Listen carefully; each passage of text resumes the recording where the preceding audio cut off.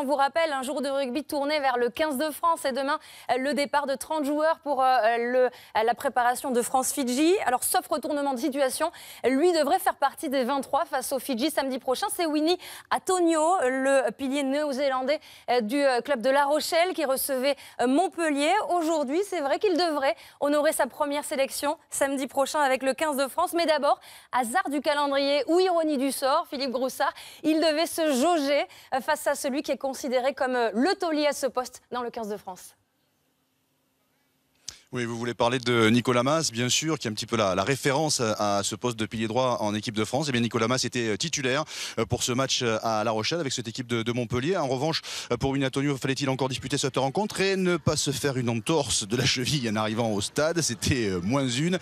On a frôlé la catastrophe pour Winnie Atonio avant le début de cette rencontre. Une première mi-temps un petit peu à sens unique, complètement dominée par les Rochelais qui vont monopoliser le ballon, alternant le jeu à une passe, le jeu au large, le jeu au pied, même pour contrer la défense montpelliéraine. Les Rochelais qui sont dans les 22 mètres de Montpellier mais qui perdent le ballon sur ce ruck, ballon reperdu immédiatement et c'est Alofa qui va marquer le premier essai de cette rencontre. Après un quart d'heure, La Rochelle mène face à Montpellier 7-0. Sur le ralenti, on va s'apercevoir que Benoît Payog laisse échapper ce ballon intercepté par Julien Audy. La chistera pour Alofa qui va marquer là son 5e essai de la saison. 7-0 pour La Rochelle et puis Julien Audy après la petite mimique de Fabien Galtier qui semble dire à ses joueurs sur cette action vous avez été 0. Julien Audy va passer 3 nouveaux points pour permettre à La Rochelle de mener 10-0.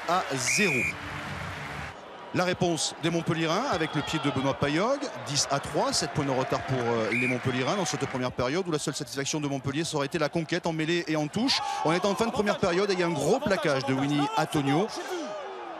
Un plaquage un petit peu haut, résultat carton jaune contre le capitaine de La Rochelle qui va aller se reposer 10 minutes. Les Rochelais vont terminer cette première période en infériorité numérique. C'est la double peine, carton jaune plus la pénalité que va réussir Benoît Payog.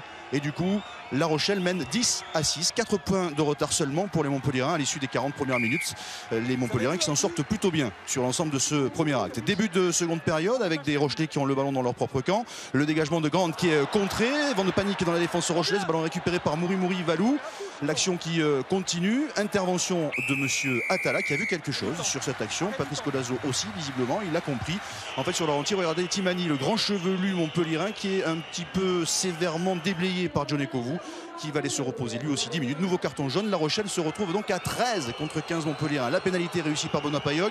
Le Montpellier n'a plus qu'un point de retard, 10-9 en faveur de La Rochelle dans ce début de seconde période. Sur le coup d'envoi qui suit, le ballon est mal maîtrisé par Benoît Payog qui commet un en avant, ballon un petit peu cafouillé, récupéré par les Rochelais avec Julien Audy qui part dans le fermé, qui trouve Bobo qui revient dans l'axe, il est bloqué, mais le ballon est toujours en faveur de La Rochelle. Il est sorti par Cedaro qui retrouve Audy qui repart une nouvelle fois dans le fermé avec Mouri Valou qui donne à Kolashvili qui en force va derrière la ligne. Incroyable réaction des Rochelais qui à 13 contre 15 vont aller marquer leur deuxième essai dans cette rencontre. Ils mènent alors 15-9 puis 18-12 après une pénalité de chaque côté. On se retrouve à 10 minutes de la fin de cette rencontre et Botia commet un plaquage à l'épaule. Ça va être le 3e carton jaune du match contre les Rochelais. Le 4e de la saison déjà pour le 3 carrel aujourd'hui, Botia de La Rochelle. La pénalité qui suit est réussie par Teddy Heribaren. Et Montpellier revient à 3 longueurs, 18-15. 3 points de retard pour les Montpelliérains qui reviennent dans le point de bonus défensif. Mais Jules Lebaille, un jeune garçon de 22 ans, ne va pas trembler et redonner 3 points de plus à La Rochelle qui reprend 6 points d'avance pour mener 21-15 et sortir Montpellier du point de bonus défensif. On est dans la dernière minute de ce match. Montpellier peut encore remporter cette rencontre. Montpellier qui a le ballon sur la ligne médiane avec un ballon pour Chargeli qui commet un en avant.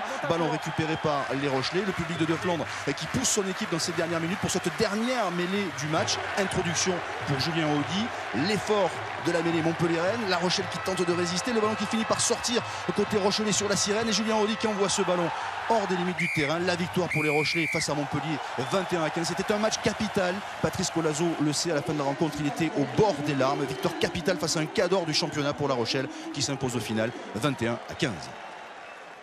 Un très beau résultat effectivement pour les Rochelais. Alors on va revenir sur le cas de Winnie Atonio. Philippe Groussard, on en parlait, il va rejoindre les Bleus demain. Comment vous l'avez trouvé ce soir tout simplement? Je l'ai trouvé, disons qu'il a fait une prestation un petit peu mitigée. Le point noir, on va dire, c'est que les Rochelais se sont fait bouger en mêlée. Durant notamment la première mi-temps, ils ont été sanctionnés à 4 reprises. Winnie Antonio a été sanctionné, lui, 3 fois. Il a concédé 3 pénalités, dont le carton jaune que vous avez vu dans le résumé. Point positif, il est allé gratter 2 ballons sur des rucks adverses. Et puis dans le jeu courant, comme d'habitude, j'ai envie de dire, il a été plutôt à son avantage. En revanche, vous le savez sûrement, Winnie Antonio était un garçon plutôt réservé, plutôt timide. Il n'a pas souhaité répondre à nos questions à la fin de la rencontre. Du coup, on est allé voir Nicolas Mas, qui est un petit peu son concurrent direct en équipe de France, le pilier droit de Montpellier, pour avoir son avis sur Winnie Antonio. Il répond au micro de Christophe Midougier. C'est un joueur qui est massif, qui est tonique, qui est capable d'avancer à chaque fois, de mettre des beaux plaquages. Donc voilà, c'est vrai c'est un colosse, donc il a de belles qualités. Quand il dit qu'il est de 90, c'est vrai que ça fait un peu bizarre. Il a 10 ans de moins que moi, donc ça m'a foutu un coup. Mais voilà, c'est bien qu'il y ait des jeunes comme ça.